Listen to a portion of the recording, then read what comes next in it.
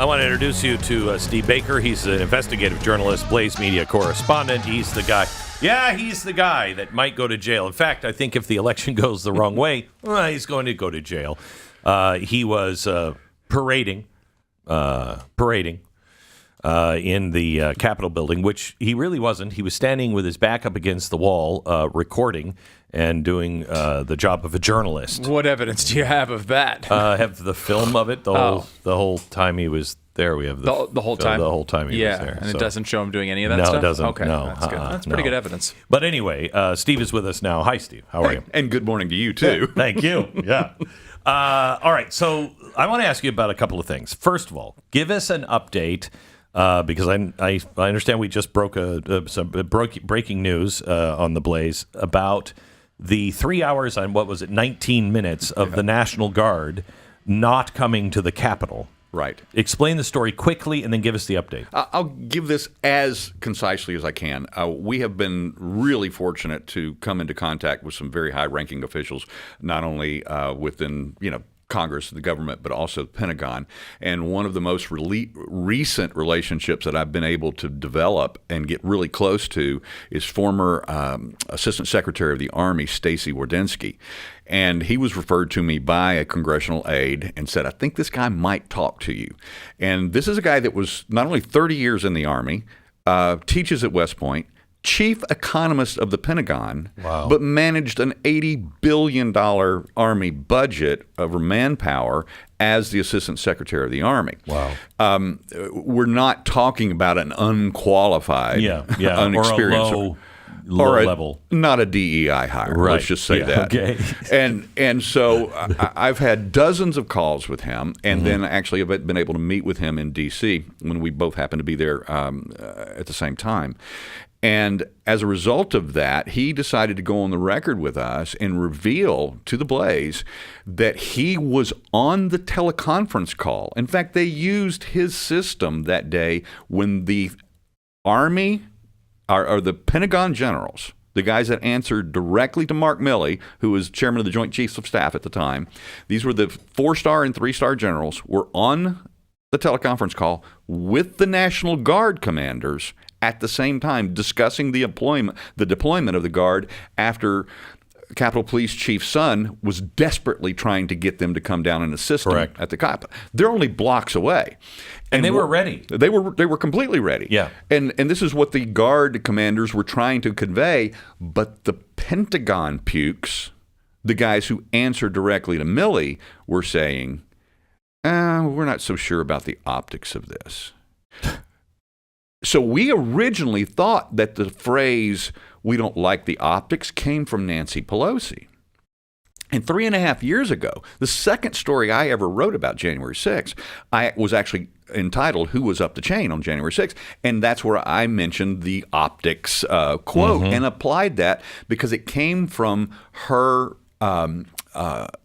Sergeant-at-Arms of the House, Paul Irving, passed along to her. So we just assumed that it was Pelosi. No. It was passed along from these generals at the source at the Pentagon on this teleconference call, which Assistant Secretary Stacy Wardensky was on that call, and he laid it all out to us. And this is the first time ever in the history of the National Guard that there has been a problem in Washington, and they have not gone in to quell it. That's first time. That's exactly it. And there's so much detail. And, of course, we've got the article up on the Blaze right now. But then just an hour ago, Representative Loudermilk, Barry Loudermilk, who is the chairman of the Oversight Subcommittee, he dropped a bomb just an hour ago while we're getting ready and preparing for this interview right here. And he drops a list of transcripts related to the National Guard deployment. And we've heard, that Trump said that he wanted the Guard there, and we've heard Kash Patel say that and corroborate that. And there's been this back and forth argument. It's in writing now. Oh, my gosh. I want to read one quote, just one, from General Mark Milley, former chairman, Joint Chiefs of Staff, January 3rd, 21. The president just says, hey, look at this. There's going to be a large amount of protesters here on the 6th. Make sure that you have sufficient National Guard or soldiers to make sure it's a safe event. Oh, my gosh. Trump says, hey, I don't care if you use guard or soldiers, active duty soldiers, do whatever you have to do. Just make sure it's safe. Boom. Done. Unbelievable. And that's not going to be reported. His campaign has to get on this. Oh, yeah. Right away. Yeah. All right, let me switch gears and talk to you about Gates came out and said, I don't know if this is verified anywhere, but Gates came out and said that there have now 5 assassination teams going after the president. He said 3 of them he believes are foreign and 2 of them are domestic.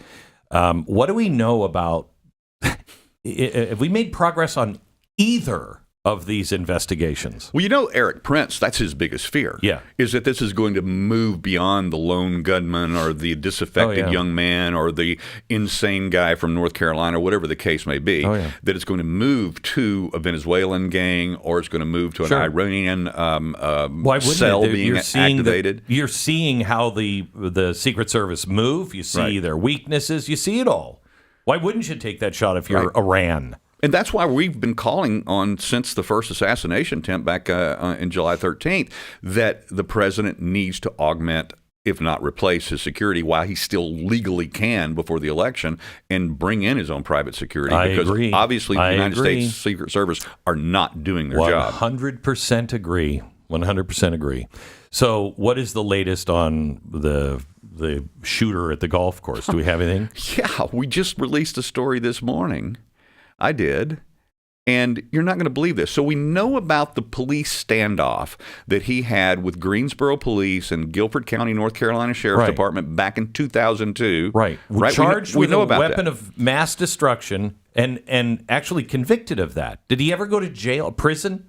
Glenn, you're not going to believe what I'm about to tell you. Oh, yes, I will. Before that incident, 5 months before, he was arrested for being found with multiple explosive devices, was on his own recognizance release at that time on probation at the time he did the 3-hour standoff with local police with the gun, with the alleged automatic rifle. How did he not go to prison?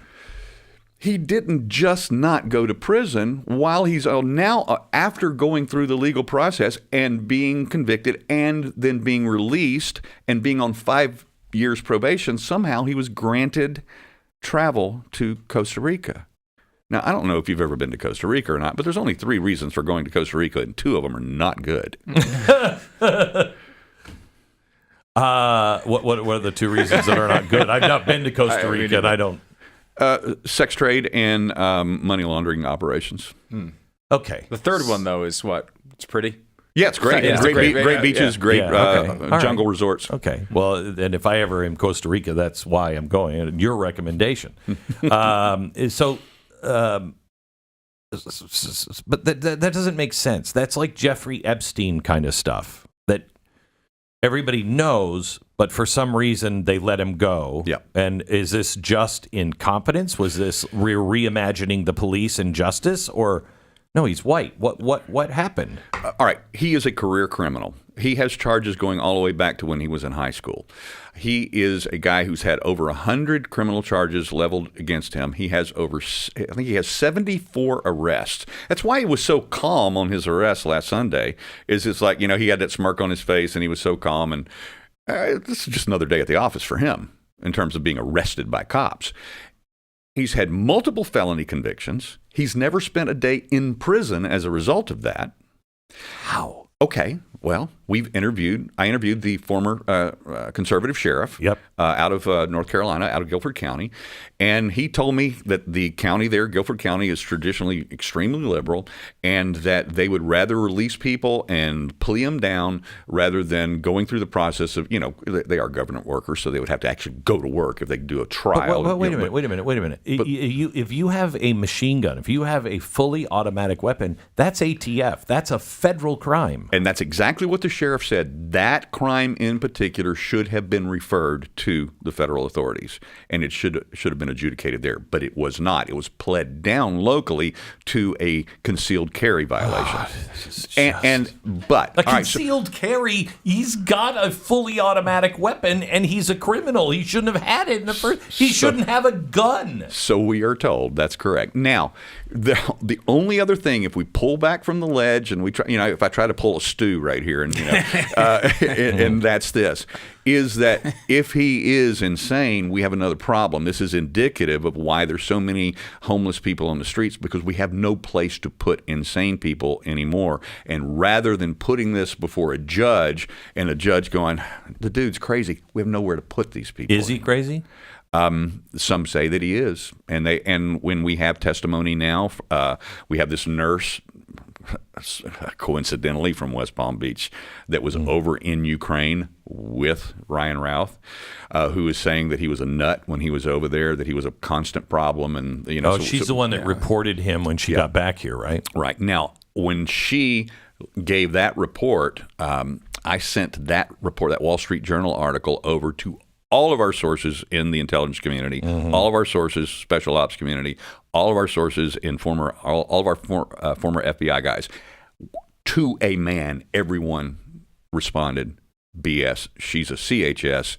This Wall Street CHS, confidential human source, and that this is just a disinformation article. That's what. This is not me saying this. This is the response I got from every one of them, including guys like Steve Friend, who you've had and interviewed. Okay, just keep on these stories, Steve. I really appreciate it, and keep us updated. Will do. God bless. That's Steve Baker, investigative journalist, Blaze Media correspondent. Both of those stories available right now at theblaze.com.